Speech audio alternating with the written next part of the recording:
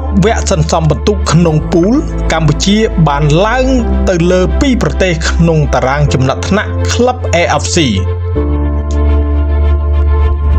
តំណាងក្លឹបបាល់ទាត់កម្ពុជាបានហក់ឡើងទៅលើប្រទេសឥណ្ឌូនេស៊ីនិងហុងកុងបន្ទាប់ពីភ្នំពេញក្រោននិងព្រះខ័នរាជស្វាយរៀងធ្វើបានល្អដូចគ្នានៅវគ្គសន្សំបន្ទុកក្នុងពូលពានរង្វាន់ AFC Challenge League ដែលទើបតែបញ្ចប់ទៅនៅថ្ងៃទី1ខែវិច្ឆិកាឆ្នាំ2025ការកើនឡើងពិន្ទុនេះតាមលទ្ធផលនៃការប្រកួតរបស់ក្លឹបកម្ពុជាគឺព្រះខ័នរាជស្វាយរៀងនិងភ្នំពេញក្រោនដែលមិនស្គាល់បរាជ័យសោះនៅវគ្គសន្សំបន្ទុកក្នុងពូលកាលពីចប់ការប្រកួតសន្សំបន្ទុកជុំទី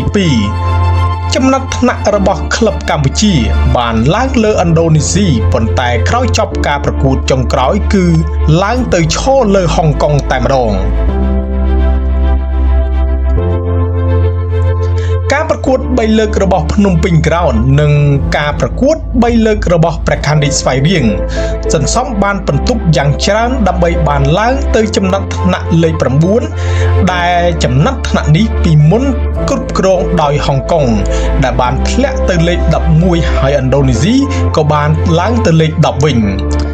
សរុបទៅឆ្លងកាត់ការប្រកួតវគ្គសន្សំបន្ទុកក្នុងពូលកម្ពុជាមាន24.350បន្ទុកបានឡើងឈរលើឥណ្ឌូនេស៊ីមាន23.049បន្ទុកនិងហុងកុងមានត្រឹមតែ22.933បន្ទុកប៉ុណ្ណោះ